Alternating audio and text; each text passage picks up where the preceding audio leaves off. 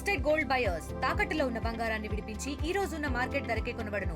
మరిన్ని వివరాలకు సంప్రదించండి 77107720.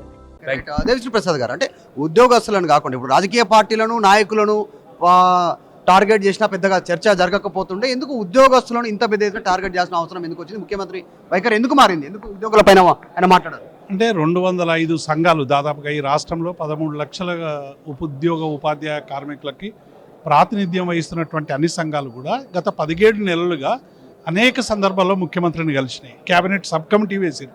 క్యాబినెట్ సబ్ కమిటీ కూడా ఇప్పటి వరకు వారికి చర్చలకు ఆహ్వానించలేదు. ప్రజాస్వామ్యంగా రాజ్యాంగబద్ధంగా ఏ సంఘానికైనా తమ సమస్యలు నివేదించేటువంటి హక్కు ఉంటుందనేటువంటి విషయాన్ని కూడా ఈ రాష్ట్ర ప్రభుత్వం మర్చిందంటే డెఫినెట్గా ఈ రాష్ట్ర ప్రభుత్వం ఏం ఆలోచిస్తున్నదో ఇలా ఉద్యోగులందరూ కూడా ఆలోచిస్తూ ఉన్నారు. 13 లక్షల మంది ఉద్యోగుల ఆత్మగౌరవాన్ని దెబ్బతీసిన రేవంత్ రెడ్డి ఈ వ్యాఖ్యల్ని ఉపసంహరించుకోవాలి. ఎందుకంటే మీరు మొన్ననే కదా దావోస్కు అక్కడికి పోయి 2.5 లక్షల కోట్ల పెట్టుబడులు తెచ్చినామని చెప్పారు.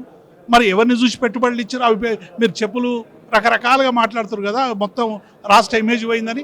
2 లక్షల కోట్లు చెప్పిందని అబద్ధం కావాలి, నిన్న రేవంత్ రెడ్డి చెప్పిందని అబద్ధం కావాలి. ఇలా 27 రాష్ట్రాల్లో ఏ రాష్ట్రం కూడా కరువు భత్యాలు 2 కంటే మించి బకాయిలు లేవు. ఇలా 5 కరువు భత్యాలు పెండింగ్లో ఉన్నాయి. మీరు ఉద్యోగ సంఘాలను మించి మేము 2 ఇస్తున్నాం, సర్దుకోండి అని చెప్పాలి. చెప్పకుండా మీరు ఒకవేళ సమరం చేస్తే 1వ తారీఖు జీతం రాదని బెదిరించేటువంటి స్థాయి కూడా మొదటి ముఖ్యమంత్రి. మొత్తం ఉమ్మడి రాష్ట్రం నుంచి ఉద్యోగ సంఘాల్లో మేము పనిచేస్తూ ఉన్నాం. ఈ 4 దశాబ్దాలుగా ఏ ముఖ్యమంత్రి కూడా మాట్లాడినటువంటి మాటలు ఇలా రేవంత్ రెడ్డి గారు మాట్లాడడం అనేటువంటిది ఇది చాలా అన్యాయం. ఇంకొక మాట కూడా మాట్లాడారు ముఖ్యమంత్రి, ఉన్నది పోకుండా చూసుకోవాలనేటువంటి స్టేట్మెంట్. అంటే ఏంటి మీకు ఇంకా అంటే ఉద్యోగాల ఎస్మా ప్రయోగిస్తారు ఎట్లా?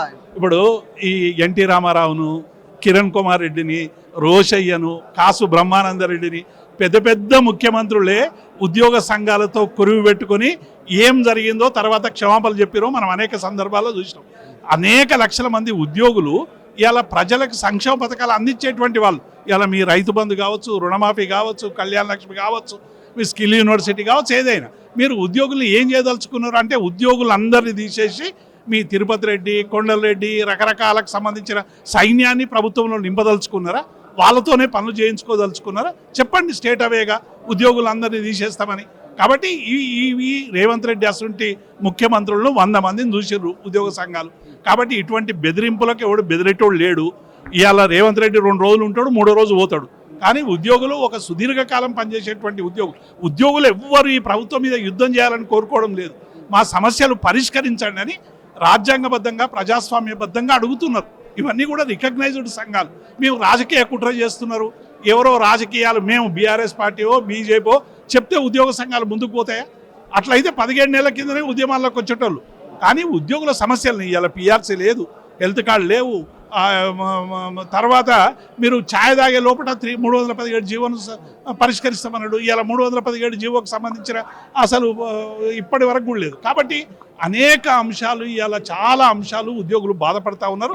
పైగా వాళ్ళ మీద పుండు మీద కారం జల్లినట్టు నిన్న మాట్లాడిన మాటల వల్ల ఇలా ప్రతి ఉద్యోగి, ఎందుకంటే సకల జనుల సమ్మెలో లక్షలాది మంది ఉద్యోగులు పాల్గొని తెలంగాణ తెచ్చినాం.